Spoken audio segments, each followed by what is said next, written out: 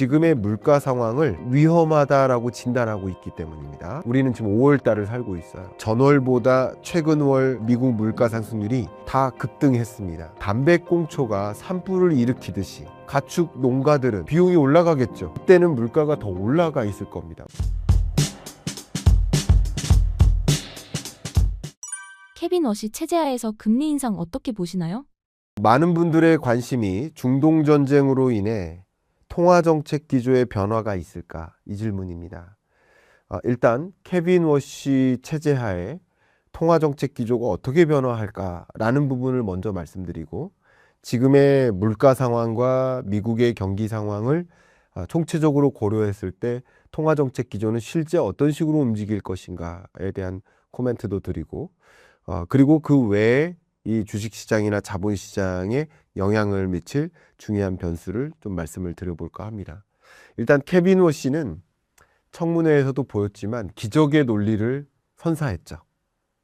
지금의 미국 물가나 고용이나 경기 상황을 고려했을 때 그래도 금리 인하할 수 있다라는 기적의 논리를 선사했고, 아마도 트럼프 대통령과의 면접에서 트럼프 대통령은 이미 이야기를 외신을 통해서 여러분 접하셨겠지만 이렇게 표현 많이 해왔죠. 정말 많이 이런 표현했죠. 1% and even lower than that. 1% 혹은 1%도 안 되는 금리로 만들어라. 파월한테 계속 얘기해왔던 거예요. 근데 트럼프 대통령은 논리는 없었죠. 그렇게 금리 인하하라는 요구만 했었지 왜 인하해야 된다는 논리를 설계하지는 않았겠죠. 근데 케빈 워시가 면접 과정에서 분명 이 세 가지를 이야기했을 겁니다. 이 세 가지 기적의 논리를 발표했던 거죠. 내가 원하는 그 1% 이하로 금리를 인하할 만한 논리를 케빈 워시는 갖고 있는 인물이네. 이게 마음에 들었을 겁니다.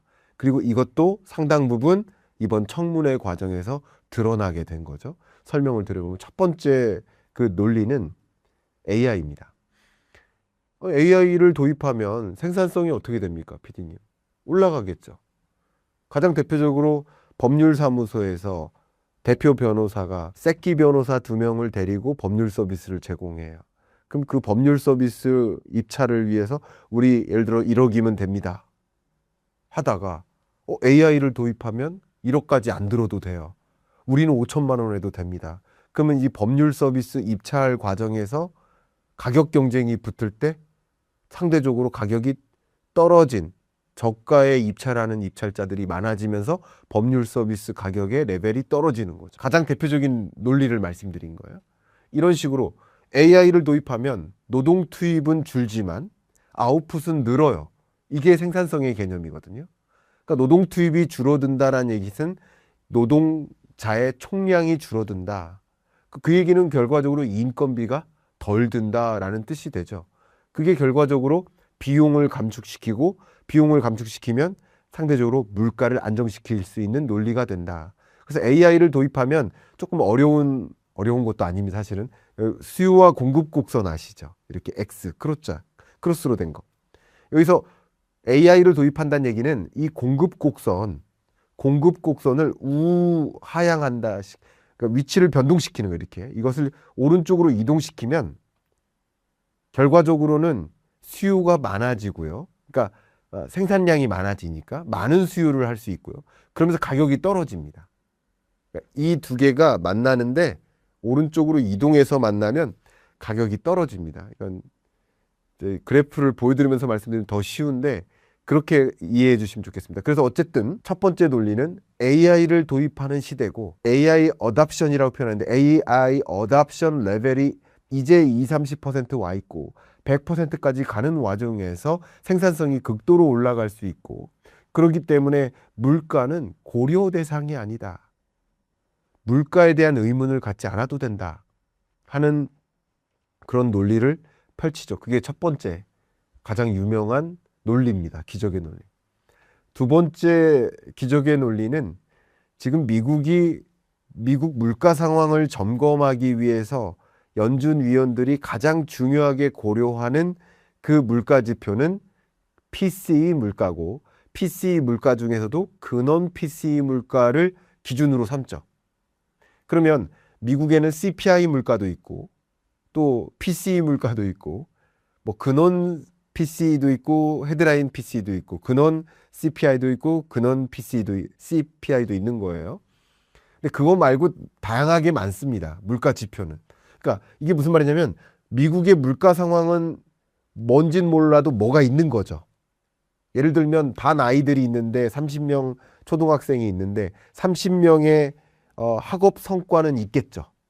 성과는 뭔지 몰라도 있지만 학업 성과를 평가하기 위해서 중간고사를 보고 중간고사의 평균 점수를 가지고 지난 학기보다 이번 학기에 평균 점수가 올라갔네. 이렇게 평가를 하는 거겠죠. 학업 성과가. 미국의 물가 상황은 있는 것이고 그 물가 상황을 정확하게 판단하기 위해서 여러 가지 지표를 쓰는데 그럼 학업 성적을 평가하기 위해서 총점으로 평가할 수도 있고 평균으로도 할 수 있고 중간값으로도 할 수도 있고 그리고 평균 점수를 내는데 이거 중요한 얘기 하겠습니다. 자꾸 치팅하는 애가 있어요. 그러면 치팅하는 애는 예를 들어본 거예요. 치팅하는 아이는 지난 시험 때는 치팅을 많이 해서 성적이 높고 이번 학기 때는 치팅을 절대 못했어요. 그 성적이 갑자기 떨어졌어요. 그러면 평균 성적을 낼 때 이런 아이들을 빼는 게 좋아요? 넣는 게 좋아요? 빼는 게 기초적으로 이 반의 성적이 어떻게 되는지를 알 수 있죠. 그게 근원 물가의 개념입니다. 개념이. 이게 무슨 말이냐면 재밌게도 에너지 물가는 등락이 반복되죠. 실시간으로 바뀌죠.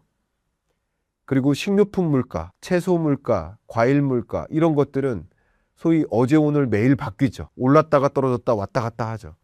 또 계절적 영향도 있고 전쟁이라는 쇼크도 작용하고 여러 가지 작용들을 많이 하죠. 그러니까 기조적으로 물가가 오르는지 떨어지는지를 확인하기는 한계가 있는 지표들이에요. 그래서 우리 한국에서도 국가데이터처, 과거의 통계청 이름을 바꿨습니다. 국가데이터처에서 소비자 물가 동향 조사를 하는데 여러분의 소비하는 소비 품목 460여 가지를 계산해요. 그중에 한 덩어리는 에너지, 한 덩어리는 식료품이에요. 근데 급등락이 자주 있는, 계절성이 있는 이런 품목을 제외한 나머지 품목을 뭐라고 해요? 그걸 근원 물가라고 해요. 그래서 근원 물가로 물가의 상승 흐름을 기초적으로 판단해 보자. 이런 접근이었던 거예요. 근데 이거보다 더 유리한 지표가 있다. 잠깐, 종무관 김종수 대표가 3년 만에 돌아왔습니다. 12번 깡통 끝에 1년 만에 13억 번 비결, 절대 잃지 않는 주식 단기 매매 특강을 무료로 엽니다. 고정 댓글을 확인하세요. 유리한 지표는 아웃라이어를 빼고 계산하는 방식입니다. 예를 들어서 우리 반 아이들이 있는데 아인슈타인이 있어요. 영구도 있고 맹구도 있어요. 근데 극단적으로 성적이 너무 좋고 극단적으로 성적이 너무 낮아요. 이런 소위 이들의 성적을 뭐라고 해요? 아웃라이어라고 해요. 아웃라이어가 배제되어서 평균 성적을 계산하는 게 학급의 성적, 학업 성적을 평가하는 데 더 좋은 잣대가 될 수도 있겠죠. 그게 절사평균의 개념입니다. 그래서 그 근원 물가도 비슷한 개념이지만 그냥 에너지 물가와 식료품 물가를 배제하자. 이게 근원 물가의 개념이고 절사평균의 개념은 극단적으로 성적이 너무 좋은 아이들, 극단적으로 성적이 너무 낮은 아이들은 빼고 평균 성적을 계산하는 게 더 좋아. 이게 절사평균의 개념이에요. 근데 이 절사평균, 케빈 월시는 절사평균으로 PCE 물가를 계산하자. 그걸 계산해 봤더니 역사적으로 보면 절사평균 물가 상승률이 더 낮게 형성되어 있어요. 그렇기 때문에 기조적으로 급등락은 약해요.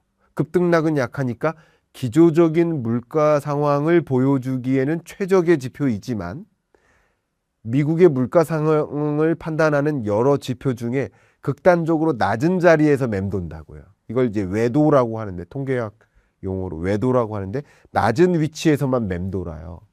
그러니까 제가 드리고자 하는 이야기는 뭐냐면 미국의 물가 상황은 있지만 절사평균 PCE 물가를 가지고 평가를 한다면 충분히 우려되지 않은 물가 상황이라고 판단할 수 있다. 이건 맞죠. 공감이 되죠. 이게 기적의 논리입니다. 세 번째는 너무 어려워하진 마시고요. 대차대조표를 축소하자. 이게 무슨 말이냐면 대차대조표를 확대한다, 늘린다 라는 것은 쉽게 말하면 유동성을 많이 푼다라는 거예요. 대차대조표를 축소한다는 얘기는 유동성을 수축시킨다. 뭐 테이퍼링 같은 개념이에요. 그러면 대차대조표를 축소해야 된다. 축소하는 것은 그 자체가 예를 들면 기준금리를 0.5%포인트 인상하는 효과랑 비슷해요. 그러니까 대차대조표를 축소하는 거나 기준금리를 인상하는 거나 결과적으로 비슷한 효과가 나타나요. 이게 무슨 말이냐? 집에 지금 추워요. 보일러도 있고 온풍기도 있어요. 그러면 보일러로 따뜻하게 만드는 방법도 있지만 온풍기로 따뜻하게 만들 수도 있어요. 어쨌든 온도는 똑같이 만들 수 있겠죠. 마치 그런 거예요. 그러니까 대차대조표를 축소하는 것이 금리를 인상하는 효과니까 대차대조표를 점진적으로 축소해 나가겠다. 그러나 금리는 인하해 나가겠다.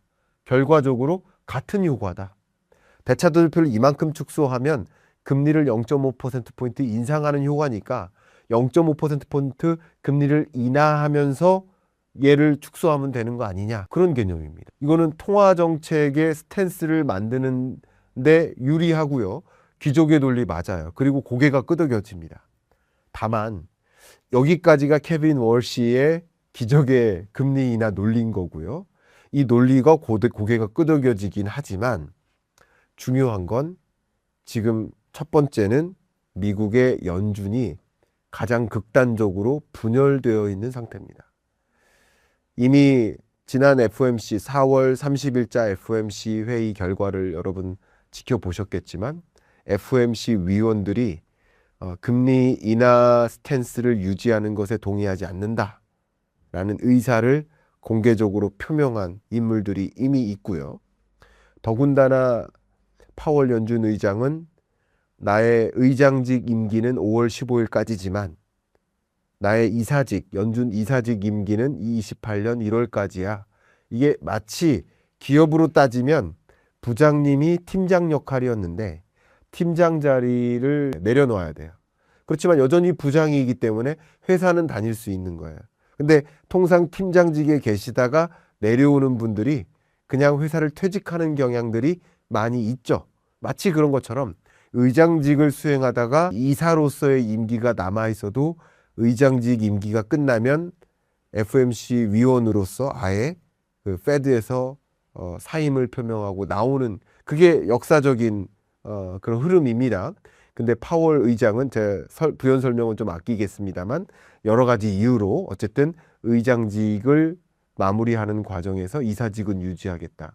그럼 파월 연준 의장은 케빈 월시와는 매우 다른 대치된 의견을 가지고 있고요. 적어도 공식적으로 표명될 만한 인물들 3, 4명 정도는 확실히 케빈 월시의 주장에 동의하지 않을 겁니다. 근데 금리 결정은 누가 해요? 케빈 월시 혼자 해요? 물론 FOMC 회의 중에 여러 위원들이 수차례 집중적인 토의를 하면서 의견의 합치를 이루기는 이루어요. 그렇지만 케빈 월시의 주장이 좀 강한 목소리이겠지만 파월 의장을 존경하고 파월 의장의 편에 서서 독립성을 주장하거나 여러 가지 논리로 지금 케빈 월시의 그런 주장을 동의할 수 없어. 가장 대표적으로 지금 당장 AI가 도입되어서 물가 상승률을 떨어뜨리는 효과라기보다는 AI는 2년, 3년 혹은 5년에 걸쳐서 물가의 레벨을 구조적으로 떨어뜨리는 효과인 것이지 이번 달, 다음 달, 올해의 물가 상승률을 떨어뜨리는 그런 효과는 아니야. 또 아까 말씀드렸던 절사평균 PCE 물가 상승률을 도입하는 건 너무 과도하게 미국 물가 상황을 낮게 평가하는 경향이 있기 때문에 나는 그런 잣대로 물가를 진단하고 싶지는 않아. 그 부분에 나는 동의할 수 없어. 이런 의견의 대립이 극강으로 치닫게 될 가능성이 높습니다. 그렇기 때문에 기본적으로 케빈 월시의 금리 인하를 펼치고자 하는 기적의 논리가 동의를 얻어내기는 쉽지 않아 보이고 그래서 그 논리대로 금리 인하를 단행하기는 어려울 것이다 라고 저는 판단을 합니다. 더 중요한 것은 어쨌든 연준 위원들이 봤을 때 지금의 물가 상황을 매우 강하게 위험하다라고 진단하고 있기 때문입니다.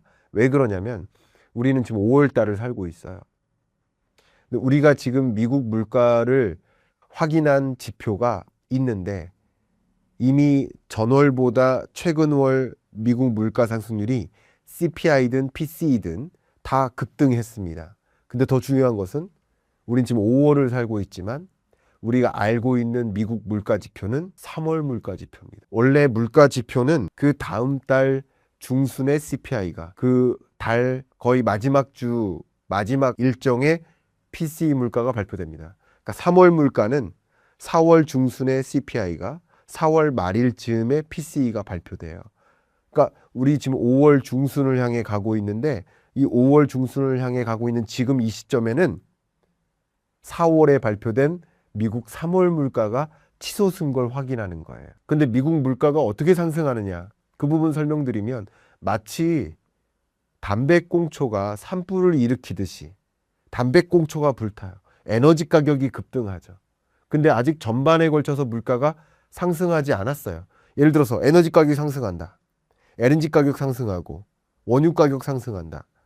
그러면 그로부터 생산해내는 나프타 가격이 상승하고 그로부터 생산하는 요소 가격이 생산하고 비료 가격이 상승하고 비료 가격이 상승하면 곡물 가격이 상승하고 우리나라가 세계 7대 곡물 수입국이에요. 곡물을 왜 수입해요? 대두, 옥수수, 소맥 왜 수입해요? 사료용이에요. 그럼 당연히 가축 농가들은 비용이 올라가겠죠. 사료값이 올라가니까. 그럼 올라가면 뭐가 올라갈까요? 소고기, 돼지고기, 닭고기 가격이 올라가겠죠. 그러면 나중에서야 식당의 메뉴판 가격이 바뀌는 거예요. 근데 재밌게도 지금 소고기 가격까지는 가격이 급등락할 수 있는 품목이지만 메뉴판 가격은 급등락하지 않아요. 올라가기만 하지 떨어지지는 않아요. 그러니까 전반적으로 물가는 떨어지지 않는 특성이 있다. 하방 경직성이 있다. 그런 뜻이에요. 우리 PD님도 설사 이직을 한다 하더라도 더 높은 연봉으로 이직하지 낮은 연봉을 찾아 이직하지는 않잖아요. 연봉의 하방 경직성이에요. 물가가 그런 성향이 있어요. 메뉴판 가격을 올려잡긴 해도 낮춰잡진 않아요. 김밥 가격이 떨어진 거 보셨어요? 근데 거기 안에 들어가는 오이 가격이나 당근 가격은 올랐다가 떨어졌다 왔다 갔다 하죠. 그러니까 그런 품목을 제외한 나머지 품목으로 김밥 가격이 결정되어지는 거예요. 그죠? 그러니까 기조적으로 물가를 확인할 때는 이런 것을 채소들은 빼고 판단하는 게 나을 수도 있겠죠. 그런 겁니다. 그래서 근원 물가를 가지고 확인하는 겁니다. 그래서 여러 가지 설명을 드렸지만 이제 물가가 산불에 불이 붙듯이 번지기 시작한 과정인 거예요. 이제 담배꽁초가 불탔고 옆에 있는 지푸라기가 불탔고 하나의 나무로 붙을 지경이고 이게 5월에는 5월 중순에 5월 말일에 미국 4월 물가를 보는 거고요. 그럼 6월이 되어야 7월이 되어야 5월, 6월 물가를 데이터를 볼 텐데 그때는 물가가 더 올라가 있을 겁니다. 왜? 중동 전쟁 안 끝났잖아요. 더 많은 석유 시설이 파괴됐잖아요. 호르무즈 해협 봉쇄 조치가 더 장기화됐잖아요. 그동안은 나름 미국도 한국도 비축유를 써서 버티고 버틴 거지만 비축유도 이제 점차 고갈되어 가니까 그러면 그것이 더 많이 반영되어 나타나는 겁니다. 순차적으로. 그런 관점에서 연준 위원들이 이 중동 전쟁의 경과와 그리고 이 물가 상황의 경과를 지켜보고 있는 이 정도는 다 알고 있을 거 아니에요. 연준 위원들이. 그것만 고민하는 분들인데. 그렇기 때문에 금리 인하가 쉽지 않을 것이다. 이렇게 의견을 드리고요. 케빈 워시대로 작동되지 않을 것이다. 그렇기 때문에 금리 인하에 대한 기대감 자체는 아예 사라져 있는 것이다. 이렇게 말씀드리고 금리 인하에 대한 기대감은 사라졌는데 주가는 왜 오르는 겁니까? 금리 인하에 대한 기대감이 사라지는 구간이 3월 말 동안이었어요. 그 3월 말 기준으로 26년, 27년 끝자락까지 미국 기준금리 인하는 없어라고 이미 가정하고 있습니다. 패드워치를 봐도 이미 그렇게. 그러니까 금리 인하 없을 거야 라는 생각은 전쟁이 격화되는 동안에 디대인플레이션이 자극되는 동안에 국채금리가 상승하는 동안에 이미 반영된 것이고요. 지금부터는 다른 이슈를 반영해야 되는데 그 다른 이슈는 바로 글로벌 부채입니다. 부채는 왜 늘어나느냐? IMF는 부채를 자꾸 경고하죠. 부채 문제 심각하다고. 그렇지만 부채가 계속 늘어나는 것은 세계 각국이 재정을 많이 투입하기 때문입니다. 재정을 많이 투입하는 것, 그것도 역시 유동성입니다. 부채 문제를 얘기한다라는 얘기는 부채를 짊어지고 더 많은 재정을 투입한다. 우리나라도 추경을 편성한다. 이런 것들이 유동성입니다. 돈의 양이 많아지는 거예요. 그럼 정부가 재정을 투입한다는 것은 어떤 기업에게는 매출로 연결되고 어떤 가게에게는 소득원이 되기도 하죠. 그 재정이 투입되는 여정은 유동성 공급인 거고요. 통화 정책으로도 유동성을 공급할 수 있지만 그건 유독 통화량이라고 표현을 하죠. 근데 재정 지출로도 유동성이 공급되니까 지금은 금리 인하에 대한 기대감이 아니라 재정의 시간, 부채의 시간으로 이 코스피의 흐름을 이해하시는 것이 어떨까. 그래서 실물 경제적으로는 물가는 물가대로 오르고 경기는 하방 압력을 더 많이 받고 전쟁이 장기화될수록, 그리고 부채가 많아지니까 지난달보다 이번 달이 더 많은 부채 상환 부담을 떠안고 실물 경제적으로는 더 어려워지죠. 그러나 자본시장에서는 이미 전쟁 끝났다라고 해석을 하고, 그리고 전쟁에 대한 공포감은 많이 떨어진 상황이니까 그 부분이 반영되어 나타나지 않는다. 실물 경제랑 자본시장이랑 항상 같은 결로 가지 않는다라는 부분 말씀드리고, 그 대표적인 또 다른 예가 앞서서는 전쟁의 경과와 전쟁의 공포감의 경과가 다르다라고 말씀을 드렸지만, 또 한 가지 예가 25년을 돌이켜 봤을 때 주가의 저점이 25년 4월 초중순이었죠. 4월 3일 상호관세 발표하고 중국이 보복하겠다고 하고, 그리고 미국이 보복에 보복한다고 그러고, 중국이 또 보복에 보복, 또 보복을 한다고 그러고, 그때가 주가의 저점이고 코스피의 바닥인 거고, 그때가 관세 전쟁의 공포감이 정점에 이를 때입니다. 주가의 저점을 이루는 구간이. 그 우리나라의 주가의 저점이냐? 아니에요. 200여 개 나라의 공통적인 주가 저점입니다. 근데 관세 발효도 됐나요? 아니죠. 관세 전쟁의 공포감이 지배적으로 올라갔을 때지만 실제 관세가 발효된 건 8월로 기억을 하거든요. 그러니까 실물 경제에는 관세 발효가 영향을 주는 것이죠. 자본시장에는 관세 공포감이 영향을 주는 것이죠. 마찬가지입니다.